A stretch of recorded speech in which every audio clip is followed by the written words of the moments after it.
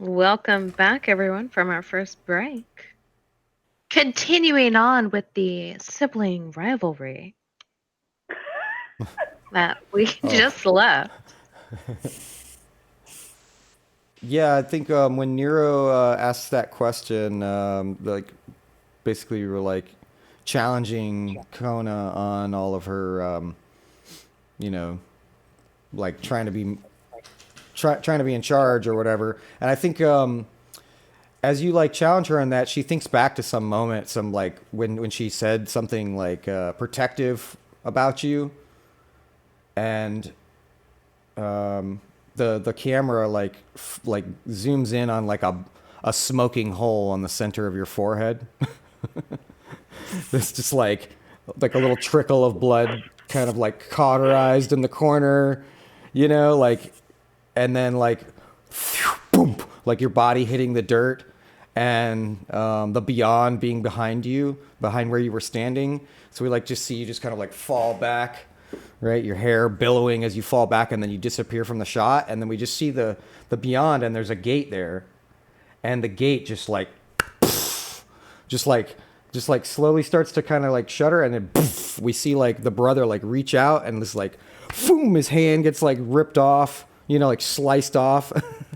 And then like nothing, we just don't see the brother anymore. And then we cut back to like reality, and then we realize that was like some kind of like imagined thing happening in her head as Kona just like lowers the gun, and there's no smoke coming off the gun. The round is still in the chamber. She hasn't shot Nero at all, and she realizes that would probably traumatize the hell out of her if she shot the person that she's been crusading through the desert for a while. Yeah. And she's like, no, there's still a piece. And then she like lays down a stick or something just to be like, this will help remind us where we're gonna be. And she turns around to see what the others are doing. And that's like the audience realizes too that it was all just like what might happen and what she's unwilling to do right in this moment. Yeah, right. Yeah, Ezra, wag a finger at me. Yeah. as you're walking, you sense Paul being with you,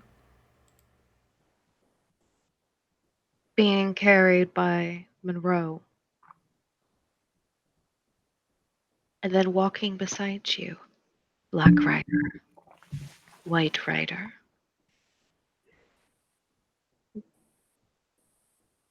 All seeming to walk in silence with you as you look upon that young, innocent face of your brother.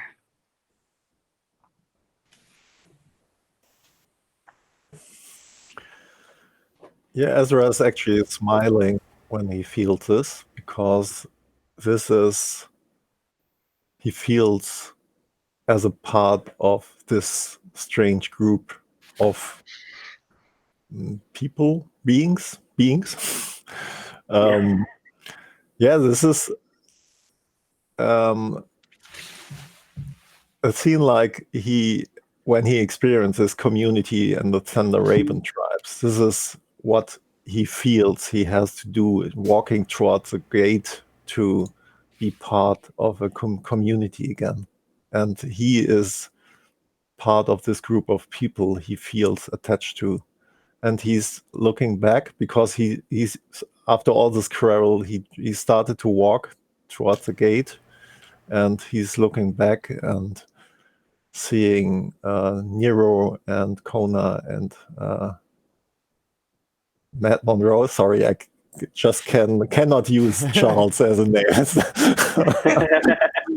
And he's nodding as he's accepting that this group of people is part of his family too, and that now they have finally found what they have to do, and that they're on their way to do it.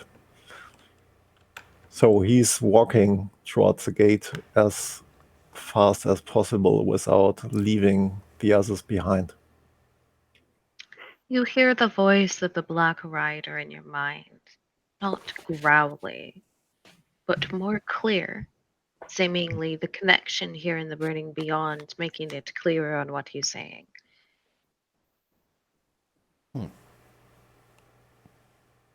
You come to give them peace. Yes. Yes, I will. Will you allow yourself that same latitude?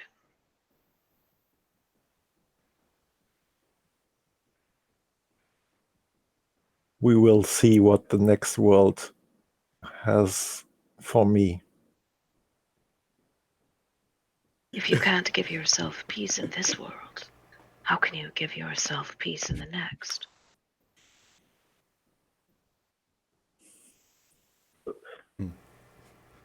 Okay, he stops very abruptly. The White Rider, his voice now entering your mind as well. Let go your sins as if a heavy stone. They are no more yours to carry.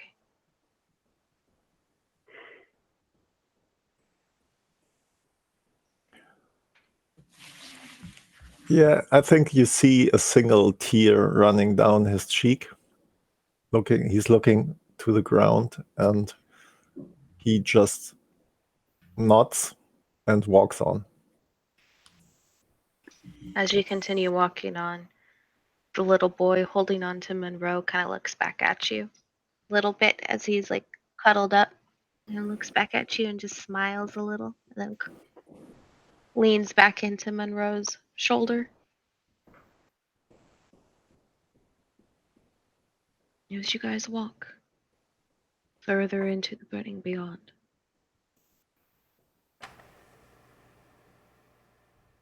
The edge of Mudwater now being seen.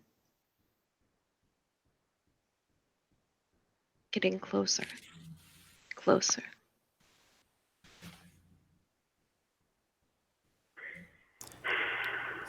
The child squirming out of Monroe's arms, giggling and laughing. They run and skittering. We're gonna see my friends. We're gonna see my friends. I got new friends, and they'll get to meet my old friends. And then everyone will be friends.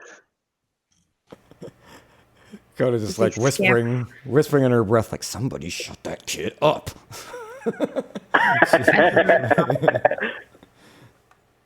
Kind of like before one of the final hills.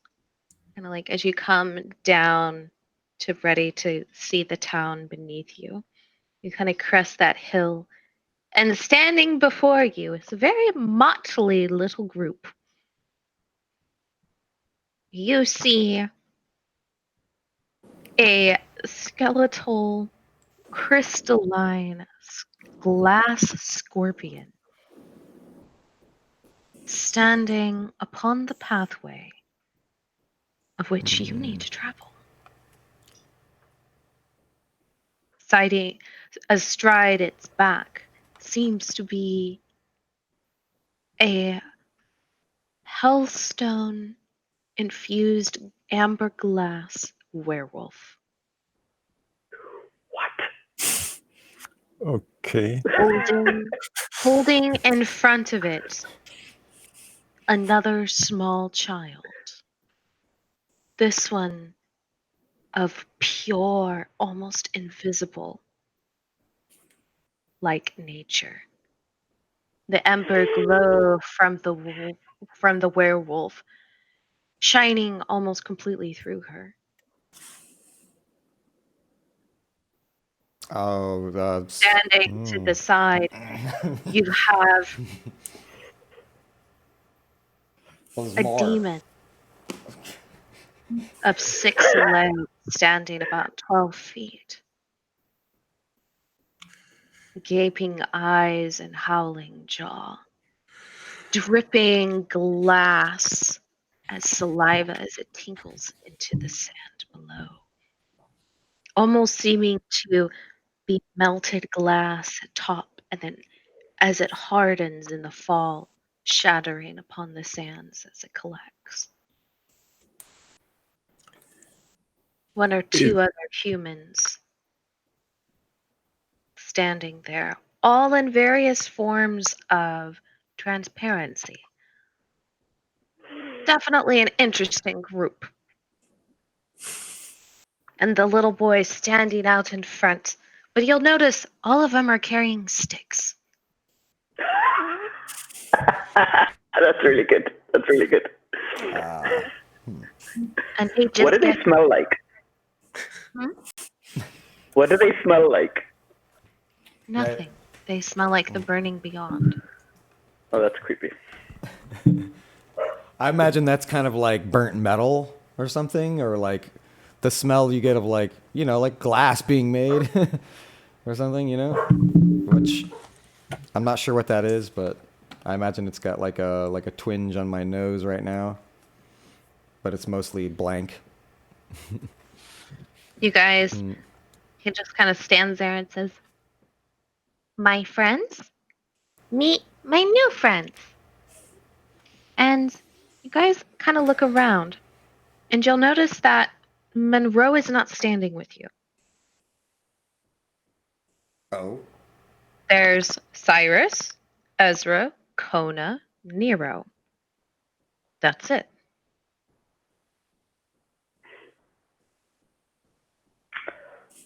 Okay. Yeah. Okay. Just turn your We camera lost off. law and order. We lost our sheriff, yeah. I'm gonna. I don't know. I think I'm like double checking my consciousness right now. I'm just like, what? He's just dead. And then I'm like, you know, like looking for some kind of explanation from the others. Maybe she's searching around for clues in the dirt, in the sand. You know, like are there footsteps there? You know, like in the sand. His footsteps walk to a certain point and then just simply fade away. Shit. Okay. Okay. I think A couple of the little kids, and especially the one on the scorpion, the whole scorpion, this massive lingering beast, comes up with its two passengers up to Nero. The little girl in the front, seeming to be their leader. We fight for you. Yeah, Nero's used to this by now, right? Like, I mean, people turn up and tell them that they're great, and then they will follow them, and they're like, great. So I think Nero will kind of look at them and say, you honor me. And then they will turn around and look at Kona and like raise their eyebrows and go, you see this? This was you. And then they will turn back and say, my name is Nero. What is yours? My name is Susie. Hi, Susie. This is Ezra. Hi. Hello, Ezra. Yeah. This is Monroe. He's the sheriff. So if you want to talk to somebody about sheriff, I'm not things, there. you can talk to him. Oh no, you're not there. You have an invisible friend? Me too. I think it's funnier if you keep that in, and then like there's just like a from the back row as we're like, you know. Yeah. Yeah, I think like when Susie says that, I'll be like, oh yeah. And then I think I'm not going to introduce Kona to them. I'm just going to be like, you know what, Kona, you can do your own introduction. You're not in my good books right now. And who is he? Points to Kona. That's Kona. She's very boring. You don't worry about her. And then I'm going to look at the scorpion and I'm going to say, can I have a ride on your scorpion? Maybe. We just wanted to give our thanks that you brought little Billy home. Well, the thanks for that should really. I guess I should go to Monroe, who is where. Like, and I think like, am I gonna look around and be like, has Monroe just left us? Is that what's happened? Has he like? How does that happen? That's not allowed. I'm in charge around here. Are you telling me you found somebody and then went ahead and lost another? Come. You should at least come talk to this sheriff. Okay. Yeah, that sounds like something we should do. You're right. The sheriff will know what to do. Otherwise, outside of town, I am law. Remember that. Got someone's dog. Only if Nero you do. definitely- Jesus. Only if you do, you get right on Scorpion. So it's a Yeah, sea absolutely. patrol. Yeah. Nero 100% has a crush on this girl. Anyone with a scorpion. And like she's riding it, the last scorpion Nero saw tried to eat them. So yeah. Yeah. Absolutely. All right. And they kind of all turn and they follow single file right towards town. Do you guys go with them? Yeah, for sure. Well, Yeah. I mean, with Let's see Monroe, the sheriff. missing, I mean, Kona probably at least tried to get a quiet moment to like, you know, like figure it out. But like, if she sees like you're following these crystalline scorpions, and you know, yeah, I think she's kind of like really just when you said she's boring, I think that she was like in the background like meditating already, trying to find trying to find any trace of Monroe. Maybe she doesn't get enough time to do it, but that's what in my head the show looks like, Mm-hmm. sort of comically poking fun at the fact that like she's still like worried as hell,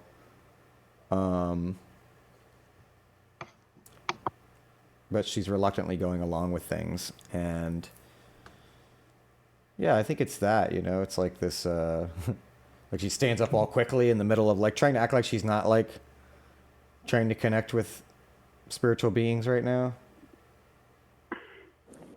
Yeah. And Were you wanting to make a roll?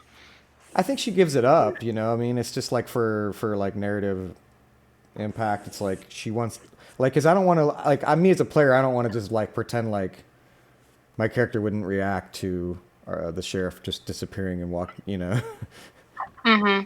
Yeah, no, for sure. Yeah. Yeah, like you might be all bug brained, but my character's just like that's not normal, and maybe there's like I mean I almost feel like as you start to disappear, like she'd already been like she was like gonna reach to like talk to you, and then she like realized you were gone, and it really upset her. You know what I mean?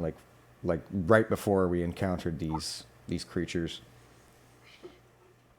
I think it's also that because Ezra and Nero have been in the Burning Beyond before, they're not as spooked by weird shit happening, because this still like this kind of hallucination and this kind of like weird stuff like happens all the time. And But is it a hallucination? at least for Nero, I as a character Like, yeah. probably have no clue, but me as a player, I think it isn't. I think they've actually disappeared Oh from no, the yeah, scene. for sure. Yeah, I think that having a group of such strange creatures and people together and working together, this is strange even here.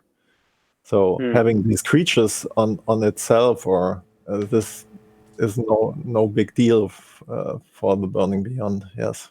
But having a small girl on the Scorpion with a demon and a werewolf, and this is okay.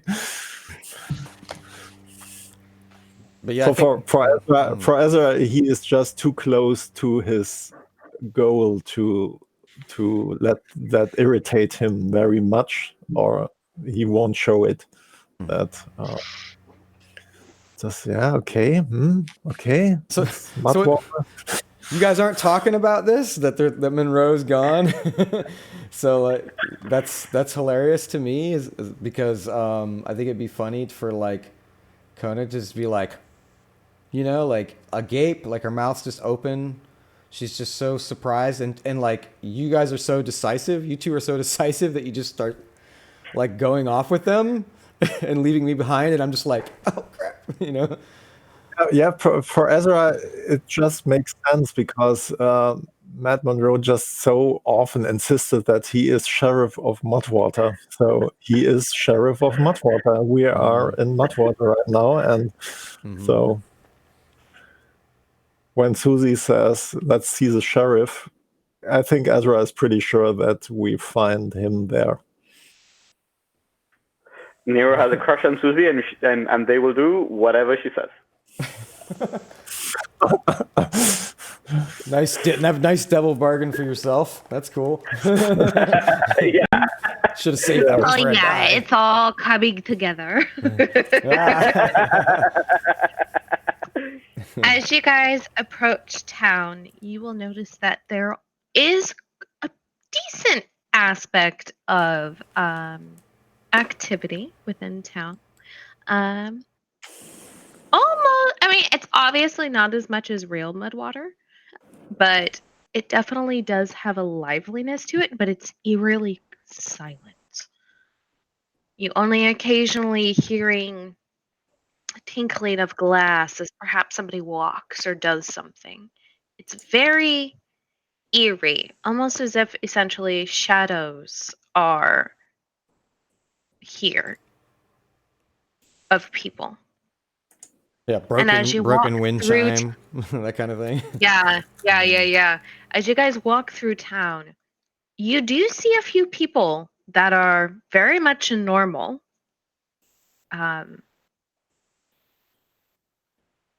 Two of which you will recognize as the twins.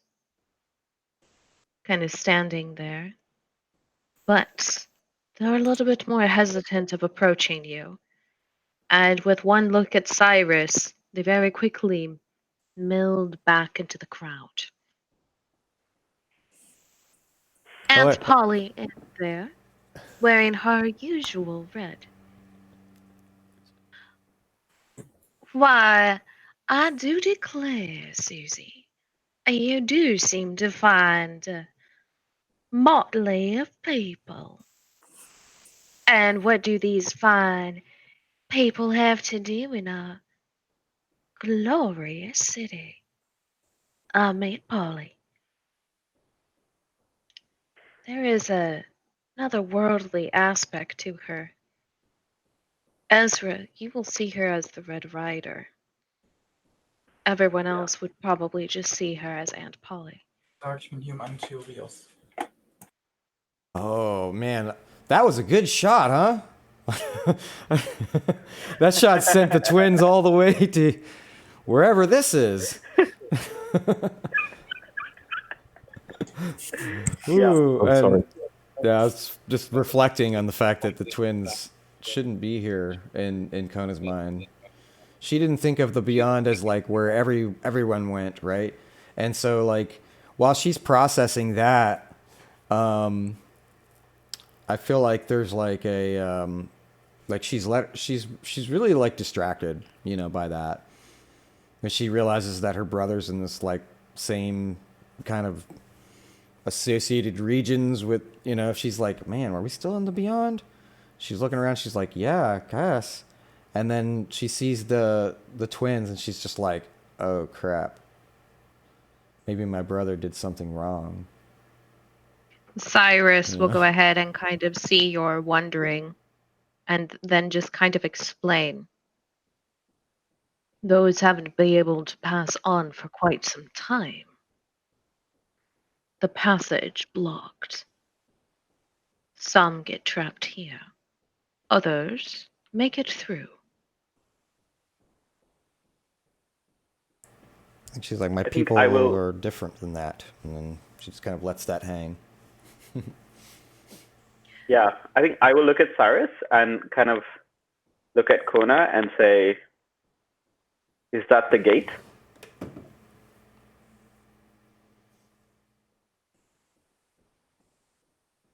Well, since nobody has the kindness and decency to introduce themselves, I Oh. do believe I have some work to get to. If you all need anything further, my House of Roses is clearly available. If you need anything such as law and order, do believe you can find the sheriff's office right down there. Chapel is on Sunday. Doesn't matter what time. There is no time here. Good day. So it's basically like a replay of when she introduced us to the town to begin with. Yeah. Yep. Very much seeming extremely similar. Right. With some added spirit services in there. That's so good. I think. Did you notice our approach the entire last hour was very similar to the first session? Basically, bunch of idiots wandering. We learned nothing. It's so good. I want the director to reveal 5 minutes before when we cut in on the first, moment of our entire playthrough, and just show us walking out of the beyond or something, at the end. Yeah, I don't know. I think there's definitely deja vu moment happens, right? Where she looks down at a tumbleweed that rolls, and it rolls exactly the same as it did in the flashback in her mind. And she looks over at the sign that swings in the breeze, and it makes a creak sound that sounds just like it did in her memory. And she's just like, okay, this can't be right. She kind of closes her eyes for a moment and probably tries to confirm if needed. If she needed, she'll roll for that. But she if she can tell, she's trying to just confirm that none of this is really that real, and that she shouldn't freak out so bad. She should see it through, more and play into it. That's what I think she's considering right now. I won't make you roll for it, but it is very much exactly the same. Even including the strange shaman that you guys first saw. Standing there, watching. But this time, Kona, you see this as the Pale Rider. The same one who gave you the bargain. The same one who took your pain. Oh, that's interesting. Yeah, I just glare at the rider and kind of knowingly, right? Because I already accepted that deal, and I'm just looking at the rider, thinking about no pain. And I kind of pinch myself to see if I can feel it.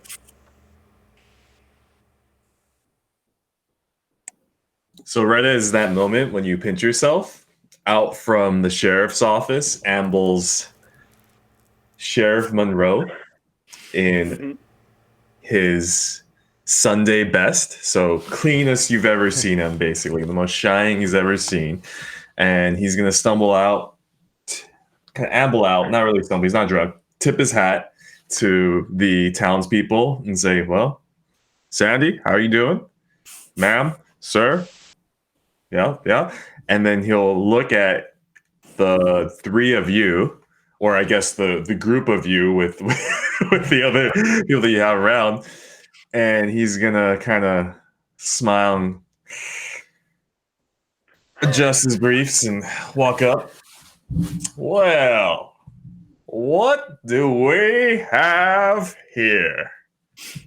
Newcomers to my fine town of Mudwater? To what do we owe the pleasure?" They seem to have found Billy wandering outside.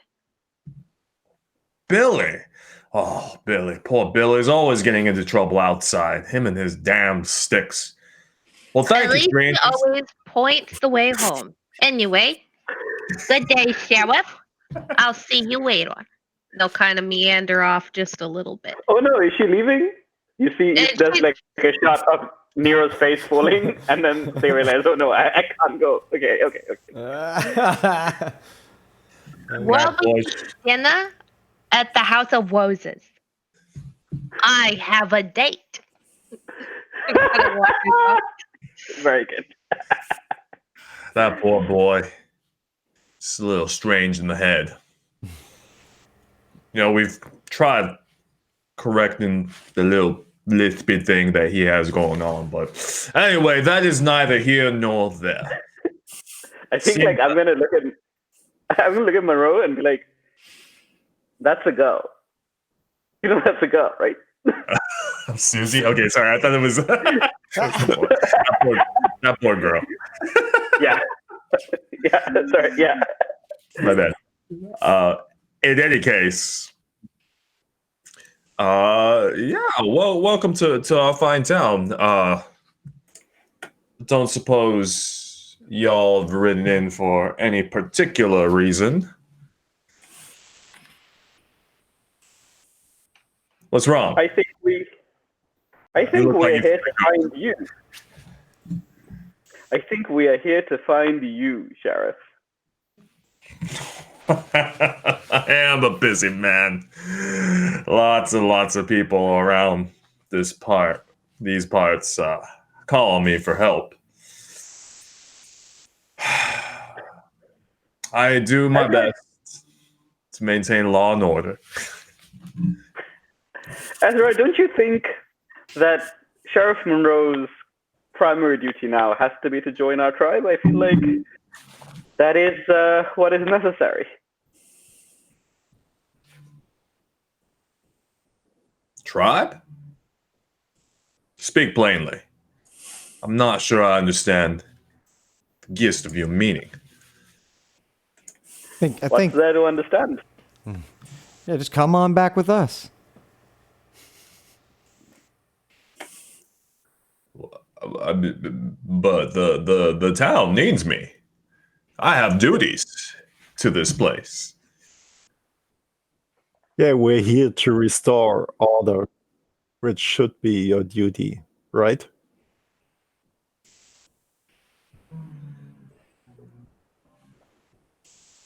I'm sorry. I just met you fine folks. You come stumbling into town and demanding some sort of order or follow you.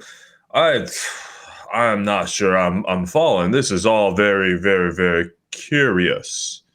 Say, and he looks over at Nero and the bugface like, "Are you feeling all right, child? You're looking a little down." Oh, come on, Monroe. You don't need to keep up this act. You were with me when I started looking this way. Remember your little diary? Was that what it was? Some kind of book that you fished out of wherever it was we were? Made our way through. How do you know about my diary? And he looks from you to Ezra. You're a funny looking old man, aren't you? Monroe's such a meanie. Ezra just smiling, and you never were very polite. That's great. That's great. Yeah. Oh no, it's us. Us? No, you must be mistaken. I've spent my entire life here in Mudwater, and I have never seen the likes of you three before. Like, yeah, you could just let go of the job. We've got it. Everything will be ordered and taken care of now that we're here. You can let go of that job and come back to the tribe. Tribe? Job? Hold on there, stranger. And he's gonna back up a little bit and sort of kind of show his firearm, his revolver, be like, "Are you meaning to tell me you've come to this town to cause trouble? Because as the sheriff of Mudwater, I cannot abide by any sort of trouble." Yeah, there's definitely hesitant, Nero- like, oh, you know. I think Nero will look at you and like maybe raise their mask up again, and then you see the symbol on their face, right? And then they will look at you and they'll say, Monroe, I don't think you ever told anybody this, but you have something that looks awful similar to this in a place you don't like talking about, don't you? You want me to tell everybody exactly what it is you have on your hind parts? Or are we going to just agree that we've been friends for a very long time now? How do you know about? Who the hell are you? Now, And I out think- of character, real quick, just for our audience and everyone else, this is not your current Monroe. Yeah. This is the previous Monroe. Yeah. Which makes this conversation all the more tasteful, Tree. Thank you for putting that in there. Yeah, like seeing that you've revealed like that you have this secret knowledge and that it didn't really affect Monroe before us. I think it's probably this moment where like it's like, hey, huddle, like huddle, guys. Do you think that's really? Time out. Do you think that's our friend? Hey guys, come over. Yeah, like are they possessed? Yeah, are they possessed or is it just me?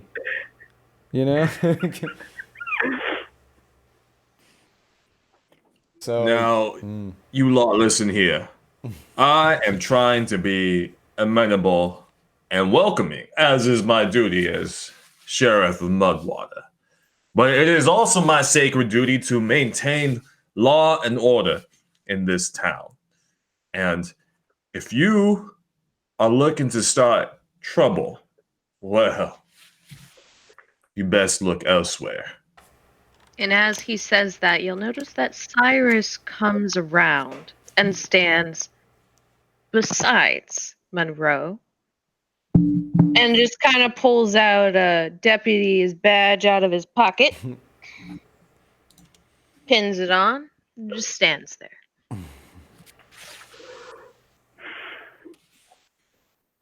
oh boy.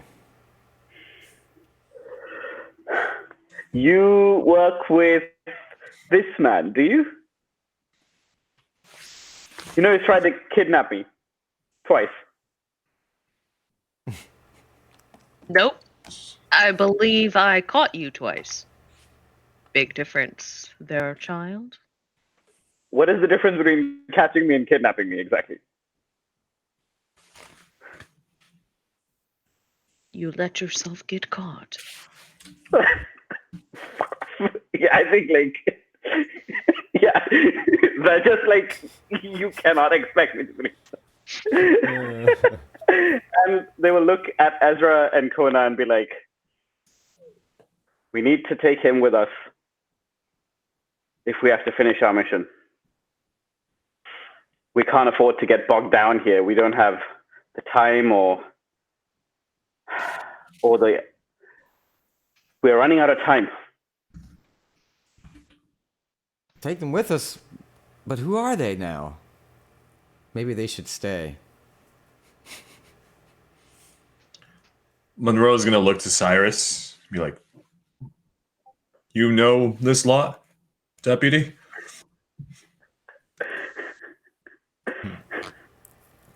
I know that one. And in your past experiences, has that one been something of a troublemaker? I do believe. Cyrus just kind of leans in a little bit to Nero. Sniffs the air. Exhales out a little bit.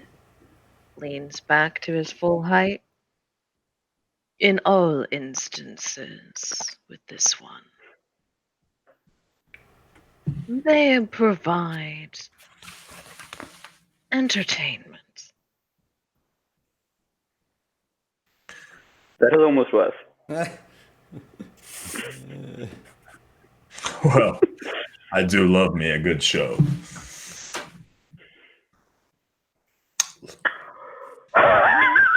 I think at this, Nero will kind of make a decision and say, if you seek to protect this town, then I know what you will do. You are going to die, little man, unless you follow us. I've seen your bones adorn the cave north of here. I have seen your demise, and I have seen you be forgotten in favor of a lesser, more incompetent sheriff. And you can either resign yourself to that fate, or you can come with us and change it. I think that something. Ezra will support this in pulling out a bone from his pocket, which is one of the bones we found in the cave. Yeah. So I hope he will recognize his own bones somehow. Like he's ever seen them. You never know. Maybe it's just, oh, this feels familiar. Yep. I recognize that bum knee anywhere. Yeah, that is my femur. That is my femur. Damn you. So something about Nero's speech just now chills Monroe to the bone. Like, it seems just eerily familiar and eerily true.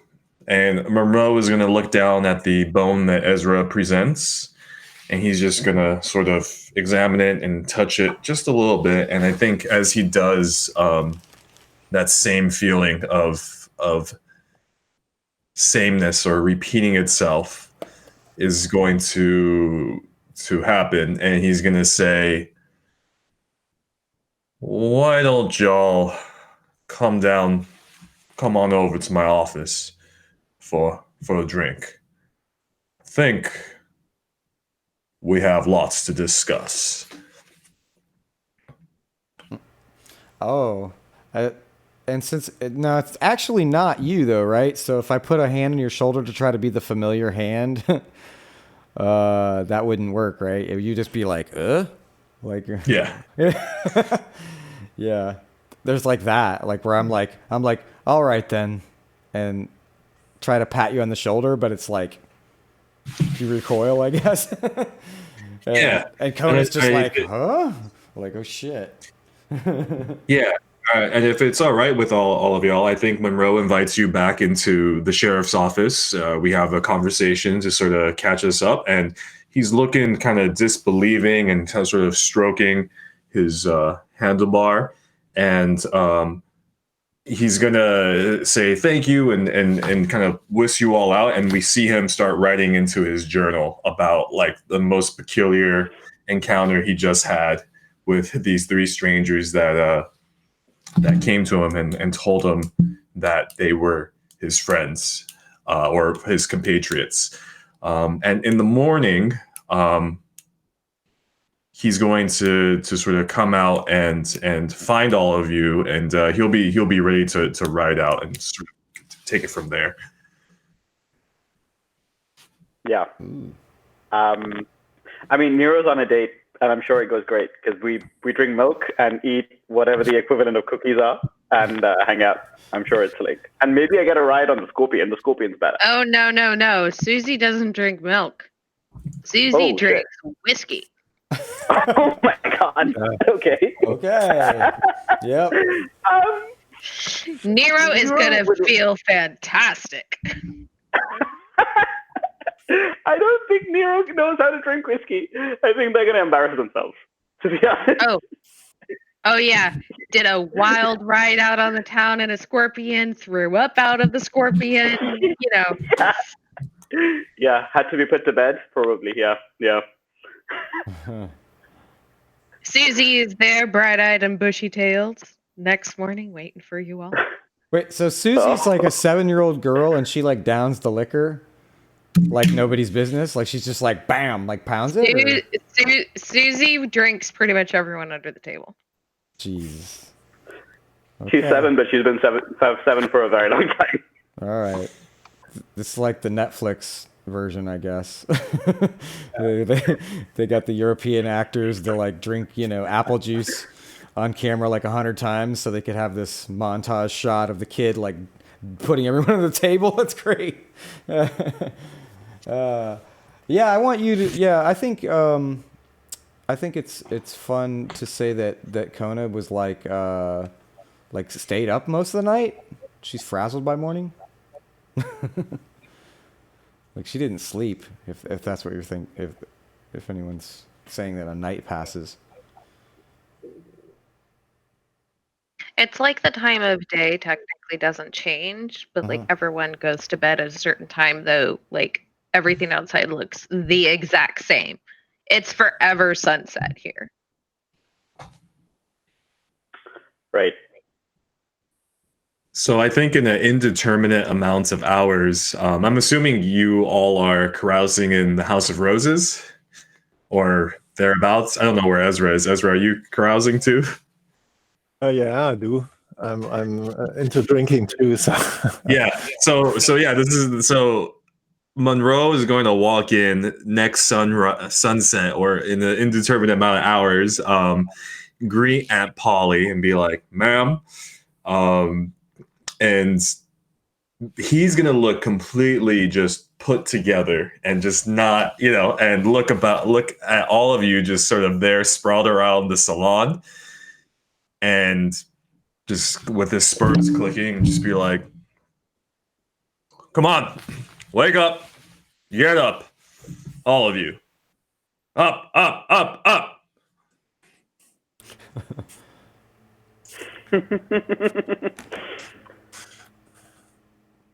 Bunch of rousers and drunkards come into my town.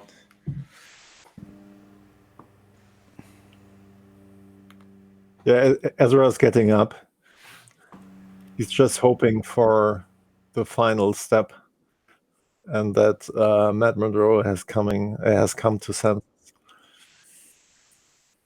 I think Nero is up because they are dry heaving in a corner. Oh. I think Kona is probably coming in from outside, and she looks like she just came out of a sandstorm or something. Like her hair's all blown, all weird. She's got the like fraying hair coming off of her braids that go down the sides of her shoulders instead of it being like it was made up well before and very tight braids. Now they're kind of loose and like weird looking. I think she's just like goes to walk over to give you like a pat on the back, but she like misses, and she's like leans against the wall like tired. Yeah. I have never seen such a sorry collection of ne'er-do-wells and scoundrels in my life. Ma'am, he's going to look to Aunt Polly. How could you let these three get to this state? Have you no decency? Well, as we are standing within your office, I do believe I am dressed decently. If we were in my boudoir, that would be another question entirely.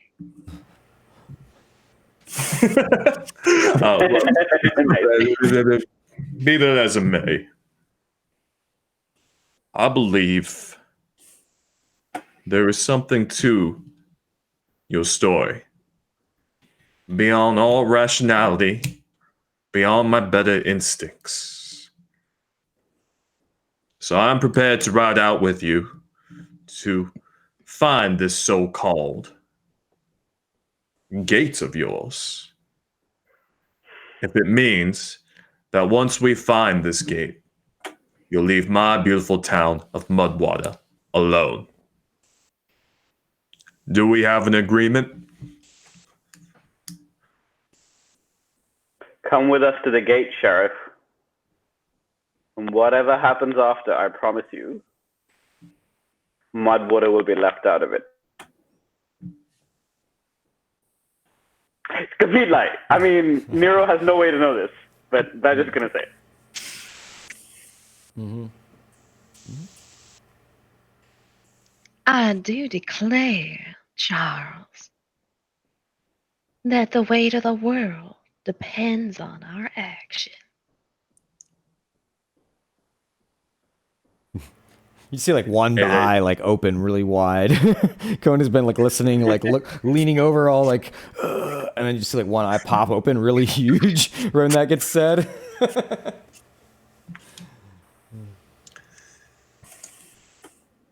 Let's ride. And